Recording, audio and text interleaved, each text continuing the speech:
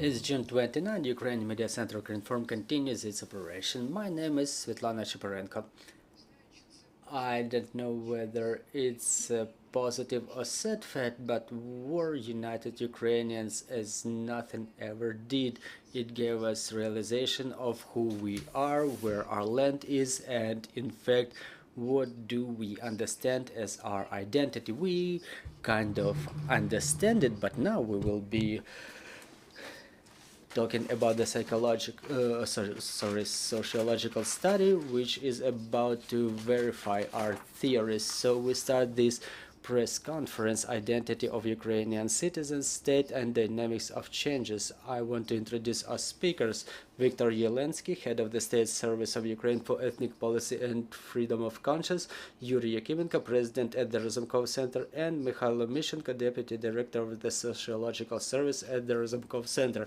So what we'd like to hear about some general statements about the results of the study. How has the realization of Ukrainian identity changed with the Ukrainians themselves? Mr.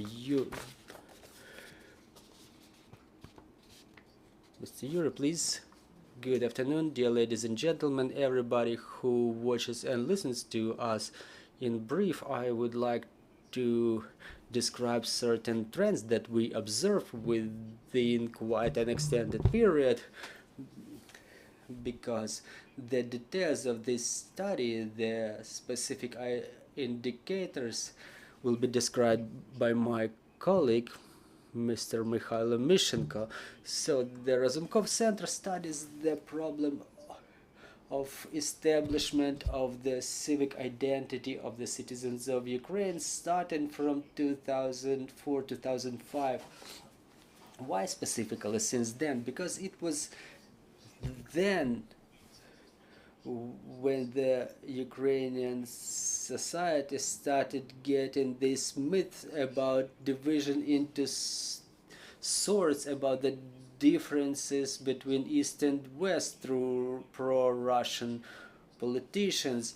They were trying to use the cultural differences in of the regions, of the Ukrainian regions, to rock our state. Their attempts failed, just like any further attempts, but we were continuing our studies in 2008, 2009, and further on. And the main thing that we've identified, that during those breaking points, during Euromaidan, the Revolution of Dignity, the beginning of the full-scale invasion of Ukraine, and now in 22-23, the full deployment of aggression, the heroic resistance of the Ukrainian people, those periods were the ones,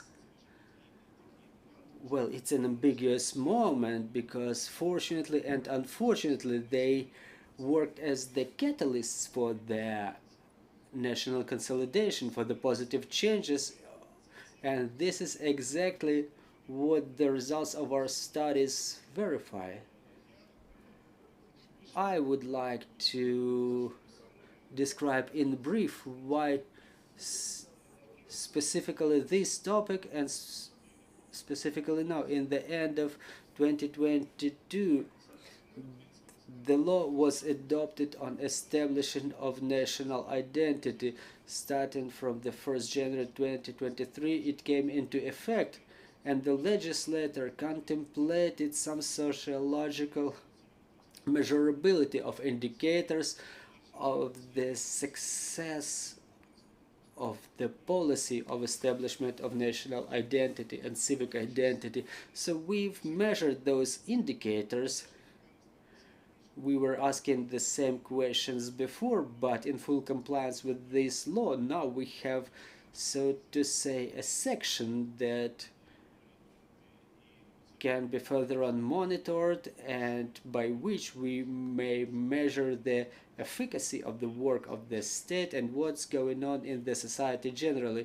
So I would like to thank the support of the international support, the METRO program, which is funded by the government of the Kingdom of the Netherlands, which made this research possible. I will tell you about or my colleague will tell you about the details.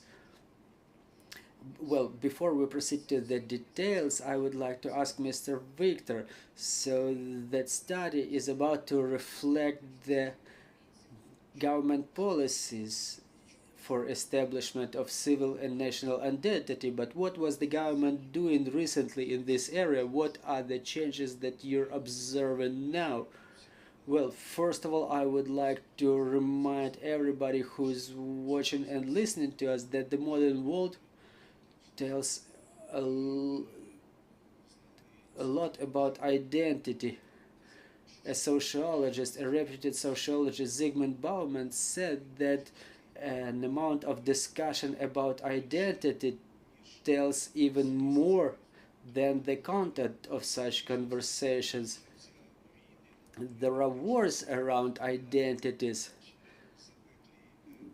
There are discussions around identity. In fact, the goal of the Russian invasion, it was directly announced. It was eradication of Ukrainian culture, identity, religion. So in humanitarian sciences and in social sciences, it's difficult to find a more important topic than topic of identity. Well, you know, I was thinking once for a long time, how is it changing? If we say that identity is the set of markers, symbols, something that identifies a place of a person or a community in the world, the whole nations, the whole peoples, some markers and symbols, they take them into the future, and still they retain some of such markers and symbols, and we see the way the nations transform, we see how their goals transform. And this study, which is about to be presented by Mr. Mykhailo Mischenko, it demonstrates quite well how the Ukrainians have changed during the century 21, what we used to be and what we've become. And it's obvious that the identity is not a stale structure, and obviously the policy for establishment of national identity has a lot of things dependent on it. So before I give the floor to Mr. Mykhailo Mischenko, it's not the first time that I introduce him, and I want to remind you that Mr. Mykhailo is the first Ukrainian scientist who was assigned as PhD in sociology. Well, it was very long ago. Thank you very much. So regarding our topic, this study was stimulated to some extent by the adoption of the law of Ukraine on the main measures for establishment of national and civic identity, and this law was contemplating the monitoring of national and civic identity by certain statistical and sociological indicators. So a part of those details should be monitored by statistic indicators, and a part of them should be monitored according to the sociological questionings. So a large part of those questions that should be asked during this questioning was used by Razumkov Centre and a number of other organizations way before the adoption of the law, and sociological surveys, including the Razumkov Centre, were monitoring them even shouldn't such law be adopted. But one way or another, the adoption of that law, and is coming into effect from the beginning of this year, became a stimulus for another sociological study, and we added other indicators that we didn't use before. This is why we won't be able to observe the dynamics so far by them. It's about 2 or 3 of them only, they're not so numerous, but by the rest of them we can observe the dynamics comparing to the previous decades. So I think that we've got quite an interesting material for discussion analysis. including by the state institutions.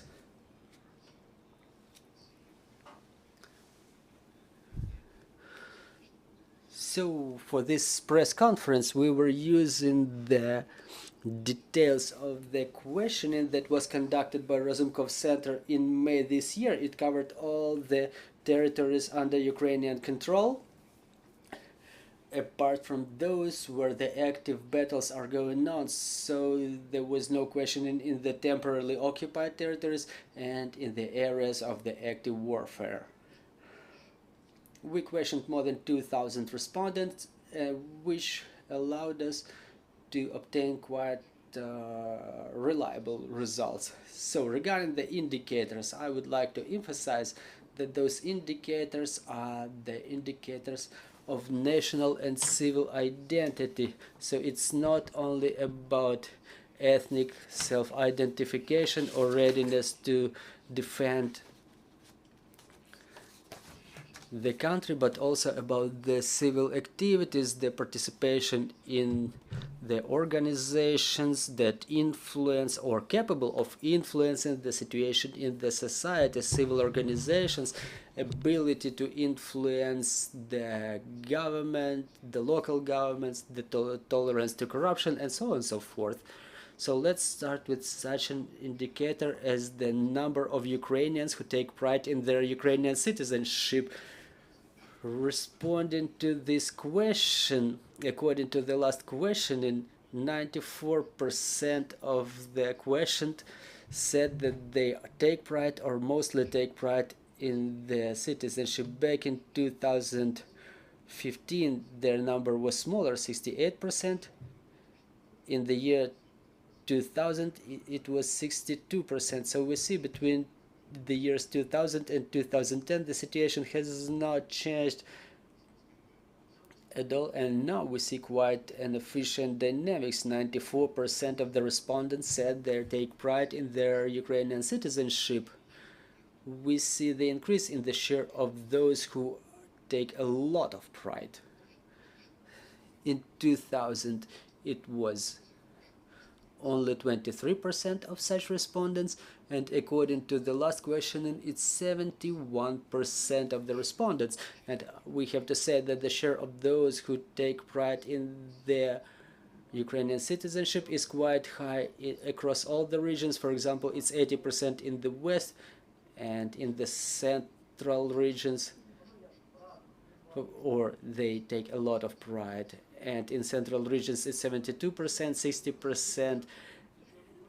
In the east they said they are proud of their Ukrainian citizenship a lot. 98% of the respondents said that they perceive Ukraine as their homeland. In the year 2006 it was only 93% of such respondents.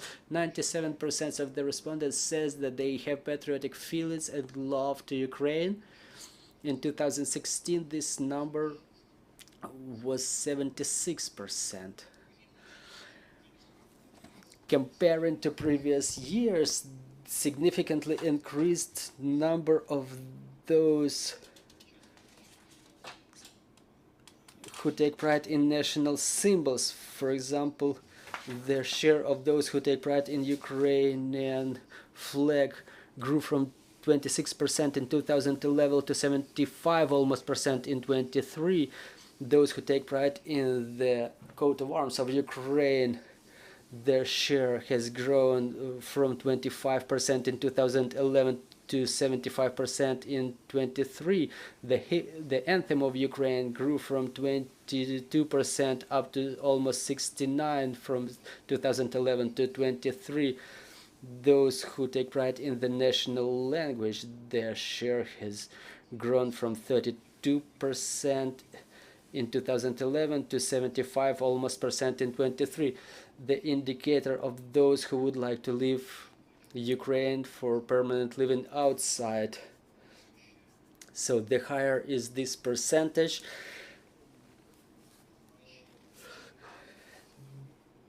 the higher the level of civic identity. This number can be tracked statistically actually, but the statistics in this situation, just like the statists themselves say, in this situation is quite difficult to track. It's quite difficult to trace the people who left abroad, but those who intend to live abroad can only be tracked sociologically, by sociological questioning. So comparing to year 2003, the share of those who would like to emigrate reduced from 32 to 11%. But again, we have to take account of the situation. The large number of those who were intending to immigrate before the war could have fulfilled their intentions after the beginning of the full-scale invasion due to the openness of the borders, and the Ukrainian refugees were accepted in the countries of European Union, first of all. So we can assume that the part of the refugees, the part of the refugees was those who were intended to immigrate before the war, and now they were able to fulfill their intentions. So this is the factor that should be mentioned too. Among those who wanted or wants to immigrate, almost half of them, 46%, said, almost 46% said that the war was the main reason for that. Well, that's quite a result that we could be able to expect. Another factor is the economic situation. We were asking the same question in 2001. The war was not on the list of factors, and the most frequent reason was difficult economic situation. Back then, 82% of those questioned mentioned that factor. Among those who don't have intention to immigrate, explain lack of such absence of such intention by the fact that they expect the situation to improve in Ukraine shortly. So the share of such people grew even regardless the war. We see the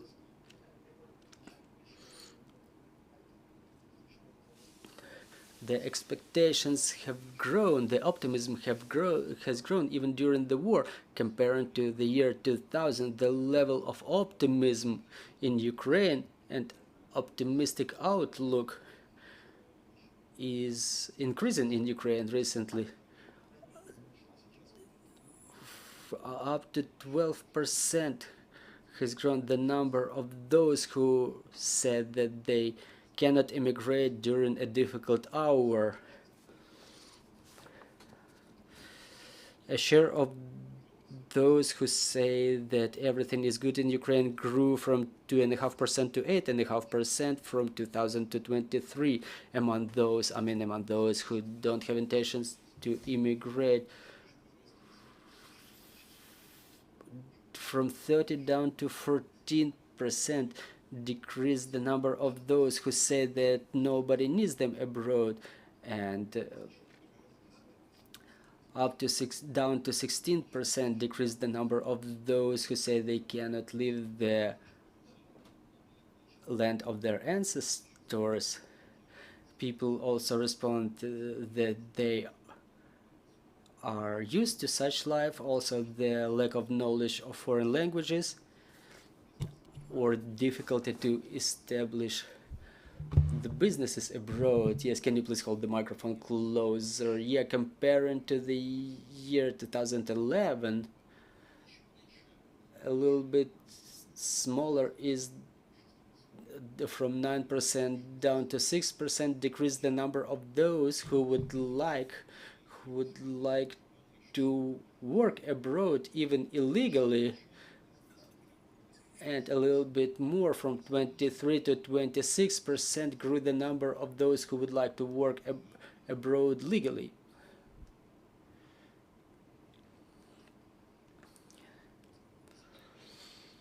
Well, according to our study this year, 76% of the respondents said that they would like their children to live in Ukraine.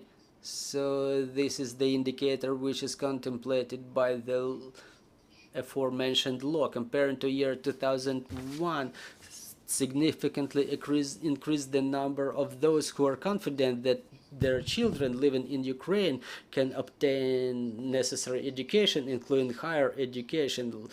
The percentage of such people has grown up to 79%. Also has grown the number of those who responded that their children will be able to obtain necessary profession and necessary job, or the job that would fit them. Also, people respond that their children being left in Ukraine or staying in Ukraine will be able to use normal healthcare services, and those who say that their residence conditions will be improving or that their children will be protected against attacks on their rights and freedoms. Such number grew from 6% in 2001 to 53% now. A share of those who think that their children will be able to travel and see the world has grown from 9 to 60%, and that their children will have a free time for normal recreation from 24 to 67%, and will appreciate their parents for giving birth to them from 50% to 82%. So such an indicator as the share of the population engaged in formulating Ukraine policies and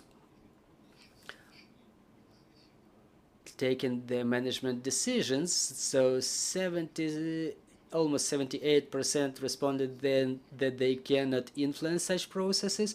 Meanwhile, 12% mentioned that yes, they do have such influence. 6% of the people responded that they are part or otherwise engaged in the activities of the environmental organizations. The share of such population has grown from 2% to 6%. Those who see corruption practices as unacceptable, they say that it cannot be justified. 62%, 21% say that it's justified in a number of cases.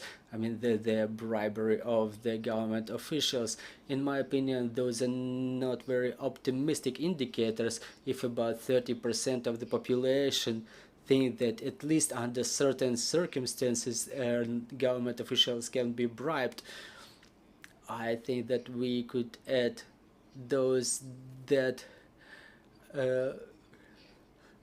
even those who say that the bribery is unjustified in any case, they may not always be honest, and also we cannot observe the dynamic because this is the newly implemented indicator.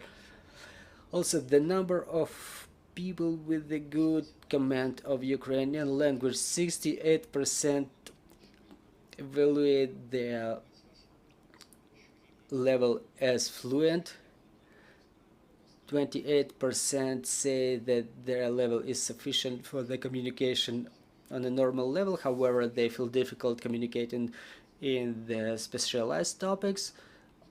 Also, 2% say that they have difficulty understanding, and almost 1% says that they, or 0.5% say that they don't understand Ukrainian at all. We see certain dynamics here. It's insignificant, but we have to take into account the factor that in this case we were not able to question people in the temporarily occupied territories, where the share of those whose command of Ukrainian language may be lower.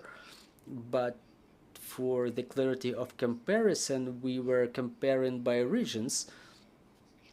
And for example, in the eastern regions, we were comparing the East without Donetsk and Luhansk regions, we were not questioning population in Donetsk and Luhansk regions now.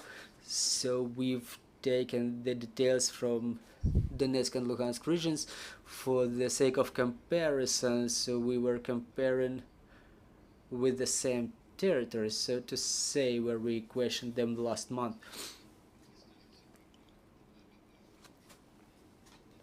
So thus certain dynamics can be observed that cannot be affected by territorial changes. I mean, in terms of a drawdown, for example, in the West, comparing 2006 and 2023, the share of those whose command of Ukrainian language grew from 89 to 95%, and the share increased in the southern regions up to 61% from 56, according to the last question, and in central and eastern regions, the share of those whose command of Ukrainian is good has not changed. In the central and eastern regions, the share of those who say that their command of Ukrainian is sufficient, so in central region is 31 of them, and 47 in the south. So you see they have normal command of Ukraine, however they find it difficult to talk in specialized terms. 7% of the population are those in the south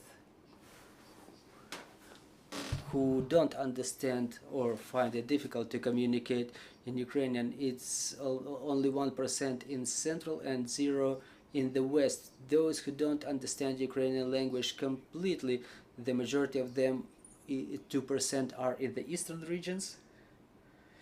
Meanwhile, in other regions, this share is also almost non-existent, from 0 to 0.3%. 78% of respondents said that Ukrainian is their native language now. Meanwhile, only 52% responded positively in 2006. 16% said that both Ukrainian and Russian are their native languages. It's almost the same share that was responded in 2006. Meanwhile, this share was bigger in 2013 and 2015. A share of those who said their native language is Russian is 5% now. In 2006, it was 31%. By regions, 83% said the Ukrainian language is native to them in central region, 63% in the southern region, and 48.5% in the eastern region. In the eastern region, just like in the south, there is a major share of those who responded that Ukrainian and Russian languages are both native to them. 38% of such respondents reside in the central regions and 22% in the southern regions. Meanwhile, the share of such people is 13 in northern regions and only 1% in western regions. In the east, 12% say that Russian language is native to them. Not Russian and Ukrainian, but only Russian. In the southern region, this amount is 10%. In the central region, is 4% share, and 1% in the west.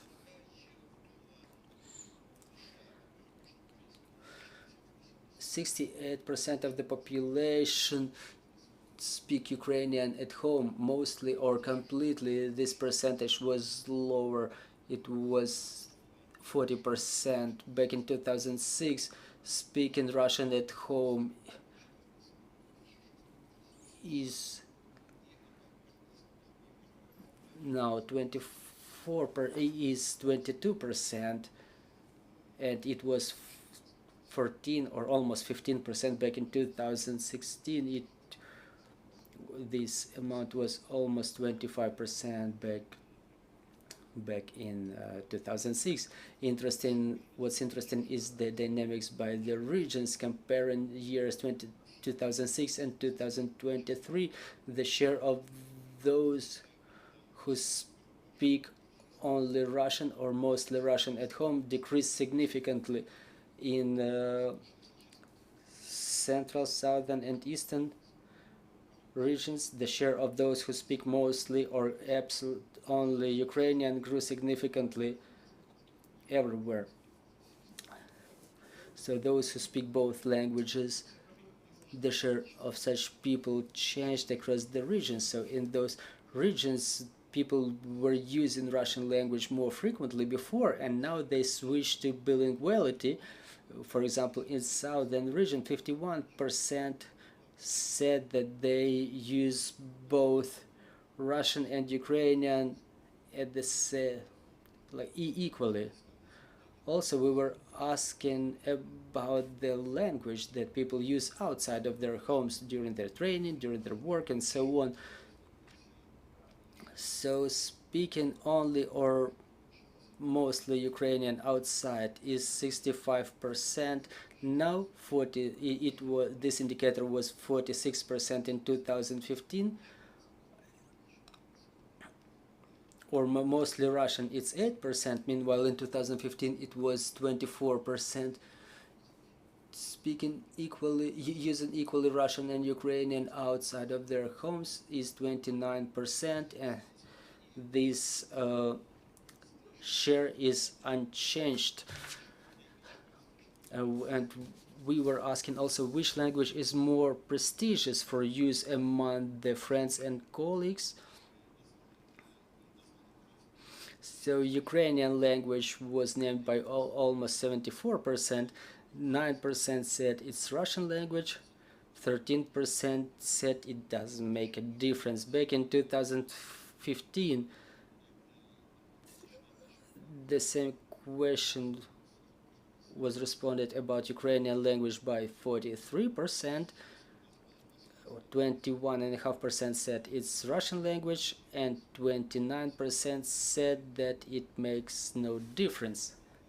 Dynamics across the regions is interesting here too. For example, in the western region in 2015, 88% said that Ukrainian language is more prestigious. Now it's 98%. In the central region in 2015, it was 51%.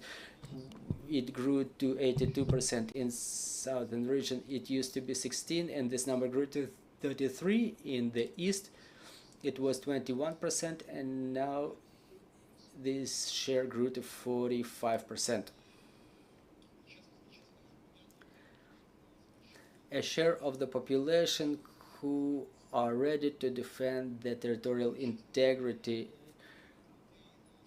of Ukraine with the weapon. A share of such population is 29%, 16% among the women. In 2015, only 17.5% responded positively to the same question. 42% said they're ready to defend Ukraine as volunteers. 21% of those questions responded that they would like their children to become professional military and dedicate their life to the service in the armed forces of Ukraine. In 2003, this number was only 15% of the population. Well, so these are the results we wanted to present to you. Thank you for your attention. Thank you, Mr. Mykhailo. Dear colleagues, we understand that the main factor that influenced these results, which are mostly positive, we see a lot of positive tendencies here. So in establishment, in formulating and reinforcement of the Ukrainian identity is the war. But if we put aside this factor, what else influenced the figures that we've just heard about?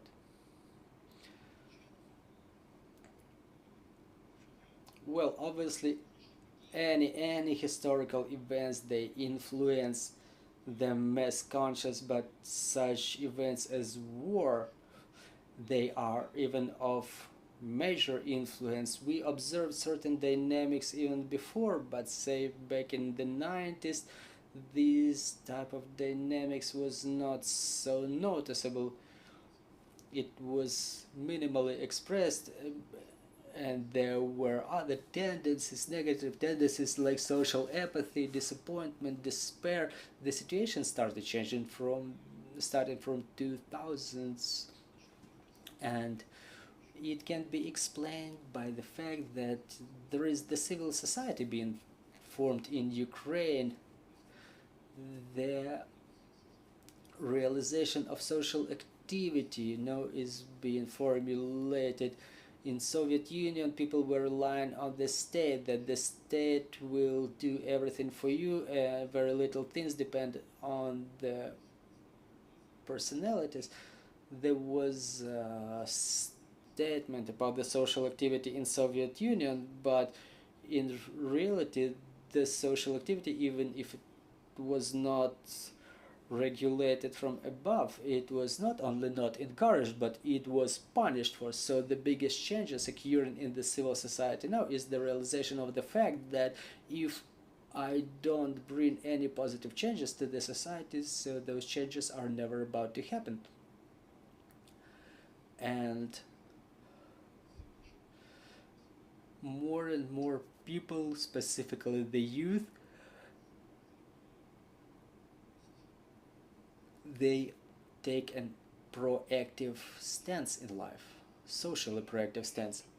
I would like to add a couple of things in this regard, because the dynamics that we were observing, specifically in establishment of Ukrainian cultural traditions, Ukrainian language, the prestige of Ukrainian language, in my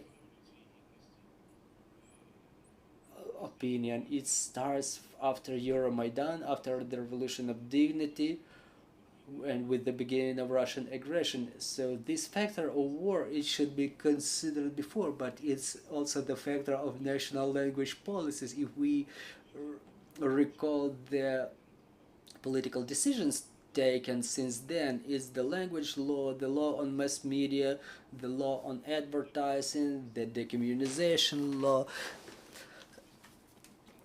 the clearing of symbolic space from monuments, from the dates, and I can continue with the last laws that were adopted after the beginning of the full-scale invasion, the laws that prohibit dissemination of the audio and visual products of aggressor country. Well, we even can name the laws of collaborationism, the decolonization law. Those are very important components of this identity policy. We don't talk about it as an integral policy, but the policy in humanitarian field, in the cultural field, the religion again. If we take all of it, we will have relevant results, and the war becomes a catalyst for it. In some people, the breaking point comes when they see it with their own eyes, that the Russian language is the level of occupier, that the Russians are no brothers. So this is the breaking points for those who were not able to switch before. Mr. Yuriy, don't you think that after the victory everybody exhales and we will see certain recoil in this situation? Or do you think that this trend will be growing? I think that this trend will continue, because the people realize now, we see it in the responses about the people, about, for example, about the prestige of Ukrainian language. This is what has been formulated in the context of social interaction. If we see that it's being taken positively, we do it itself. It's the new normal in our society. It's no exemption. It's not something temporary. It's something that is being added to a society normally a share of people who switch to Ukrainian, to speak in Ukrainian outside and inside their homes, not because they just wanted to do so now and then they will revert. It's something that is being rooted, it's being recreated in children, it's being recreated at the level of the family relations. So I think it's serious. Thank you. What I want to add is that probably we may add such a notion, well, it exists as dominant type of personality. It exists in sociology, yes. So people who may not be a majority in the society, but they are the most noticeable, the most active. For example, in the 90s, the dominant type of personality who was a criminal personality. There was a lot of good people, but the most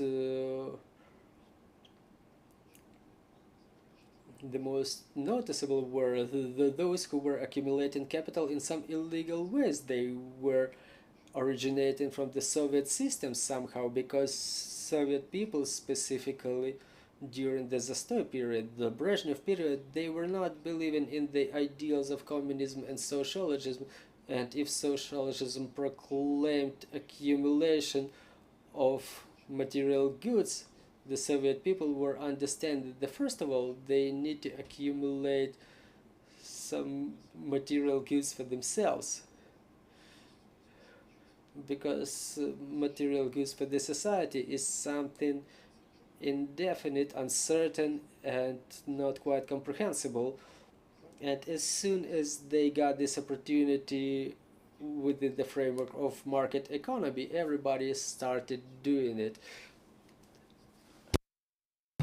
Now we observe that there is a change to this dominant personality. So the volunteers, the people who were in the ranks of the army, the people who are sociocentrically oriented. So socialism discredited the idea of social centrism.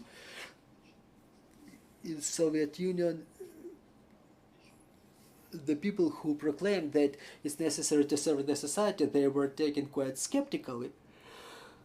They were not seen as somebody who speaks honestly, and we see the ideology of sociocentrism is dominating now, and this type of personality is not going to disappear after the war. It will remain dominant.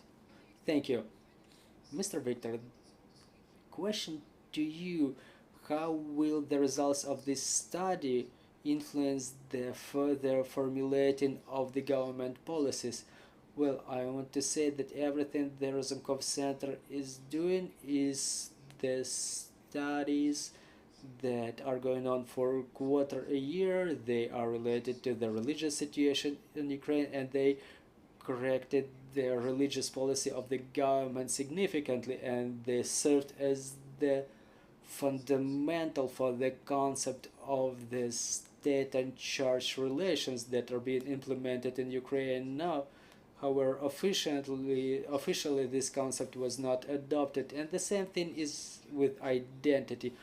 Obviously, we don't have and we don't need the Ministry of Identity, but we have a lot of institutions that are involved in this formulating. We have Ministry of Culture, Ministry of Youth, we have Ministry of Temporarily Occupied Territories, which operates, and our service is involved in this process too. We work on the, so to say, spiritual reintegration of temporarily occupied territories. And obviously the state policy should be relying upon some markers, some reality that the reality that is supposed to be perceived for real. And in this sense, the study by Razumkov Centre are diplomatically saying invaluable, and obviously they will be for us a very significant roadmap, not only for us but for other academic institutions that help formulate this identity, or I would rather say the policy of identity and different, well, not different, but other relevant ministries and institutions. Again, it originates from the study of the Razumkov Centre. The trust to such institutions, to social institutions, was that was low and very low. It has significantly grown. We see it again for a quarter a century. We observe the level of trust to the church. It still remains very high, but there are institutions that are catching up and even outspeeding the level of trust to the church, because the level of trust to the church as of 1999 was level of trust to the human organism, which is insusceptible to the mud from this world, to a level of trust to something perfect that is difficult to touch even. Now there is a level of trust to the armed forces of Ukraine, which is very high. We're feeling it, all of us. I mean the work of the armed forces of Ukraine, the level of trust to the volunteers organizations. This is something that every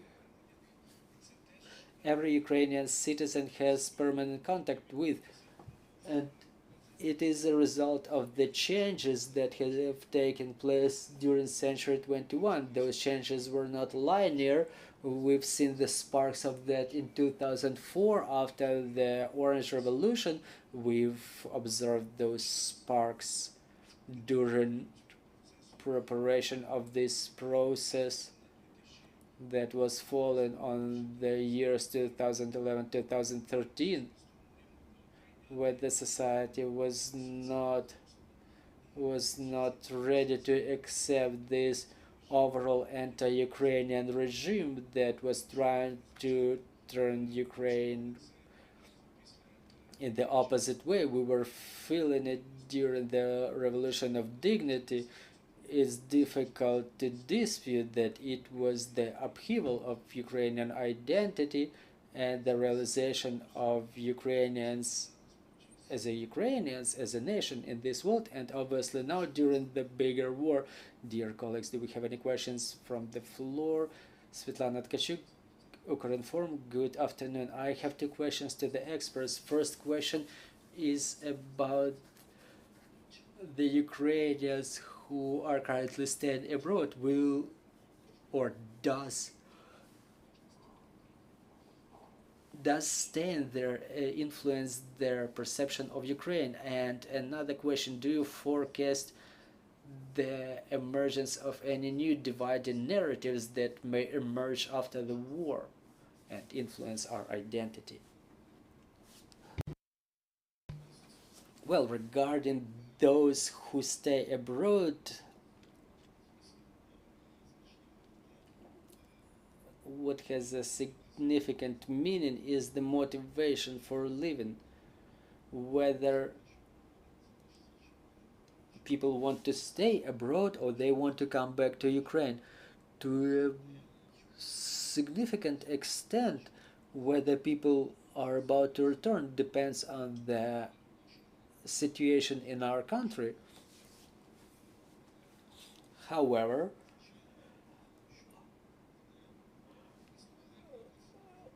obviously there was a number of people existed who did not get spiritual connection to Ukraine, and they are about to try to integrate into those societies, into societies of those countries where they stay.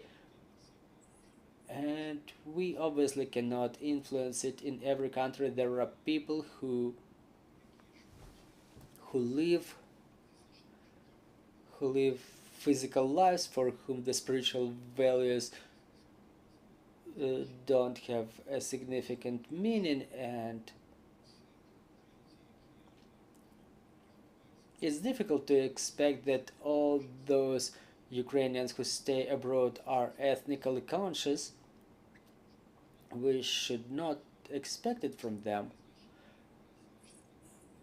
But again, a significant role can be played by civil organizations of Ukrainians abroad, and maybe their function is that they are already fulfilling is the consolidating function, and those organizations probably should support Ukrainian spiritual lives, and a lot will depend on how active they will be. And I think that in Ukraine it's necessary to help such organizations abroad, not only to support them, not to, only to provide some information support to them, but support them with all means possible. Another question was about the narratives that may serve as divisive narratives. Well, we've heard those narratives already, and the sociologists in their crowds were already discussing them. There were posts on social media where there was blame, or there was a blame of those who during the first phases of war have become refugees, like we're staying here and you all left. Well, this is the narrative that we already observe. It was more noticeable before. Now there is less of such narratives, they sound less, and I think it's a positive trend. Still, a big problem is a problem of attitude.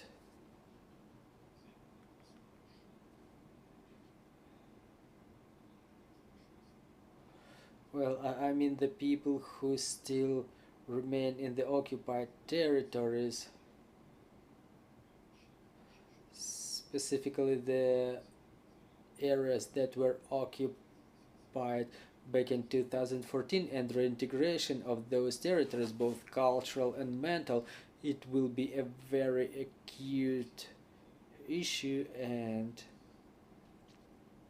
it's very difficult to answer all the questions now. And obviously, since the Ukrainian society in general is being cleared, including the spiritual clearance, so the same processes are about to happen after the occupation of the territories, and obviously all those processes will be very difficult, I can tell you for sure, but I don't know exactly how they will be happening. It's difficult to say, it's difficult to forecast. I would like to add something to the response to the second question. Well, talking about the pre-war period, the dominating division was social cultural. We were talking about the East and West dominating cultural traditions, dominating language, and it resulted in orientation to either the West or Russia.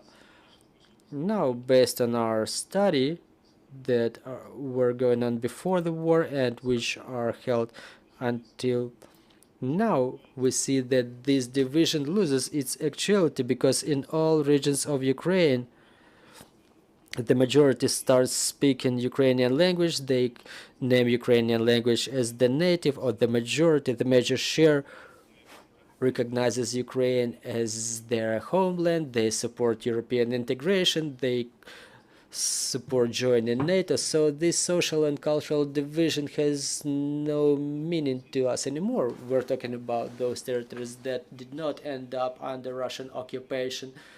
So after the occupation, we will obviously face that problem over there. But there is another question that my colleague mentioned, is the matter of social and economic nature, and it's about the feeling of justice with regard to those groups of population who left or stayed in Ukraine, those who were taking part in the warfare and were not, is the policies regarding the veterans, the internally displaced individuals. If it's weighted and we don't allow jeopardization of those moments, for example, whose children will have the priority while being admitted to the higher educational institutions, this is what we're talking about now, and those things are something that we cannot avoid after the war.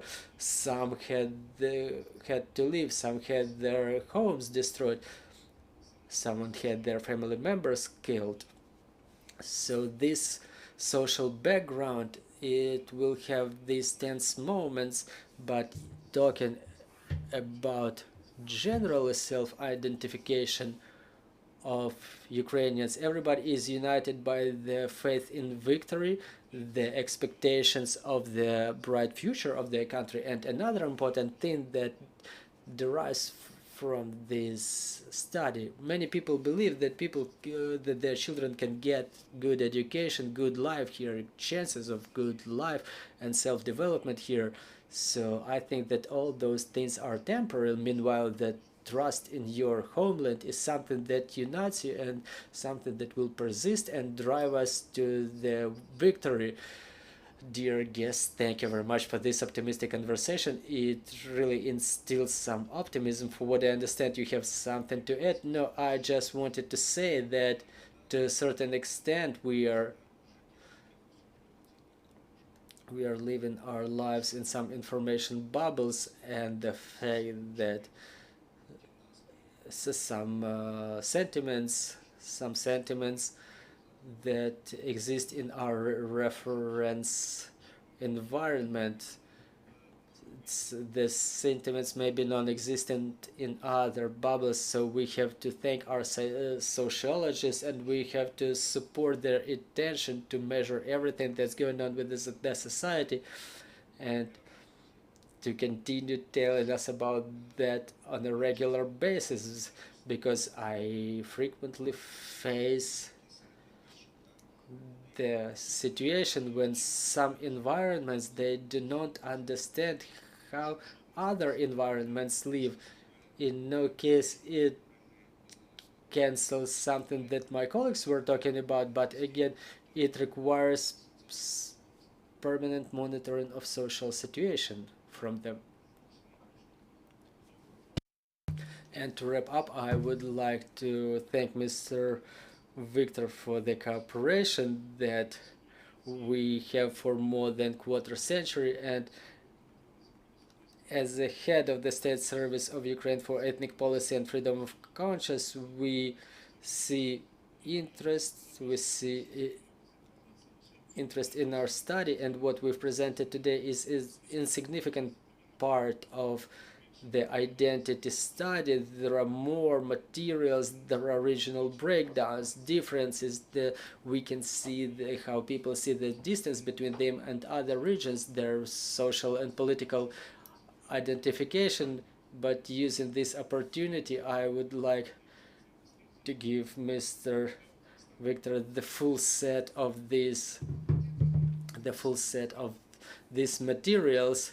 Thank you. The optimism confirmed by scientific facts is something that lets us have a better outlook. Ukraine Media Center will be back in operation at 1500, and we will talk about the state procurements. Thank you for staying with us.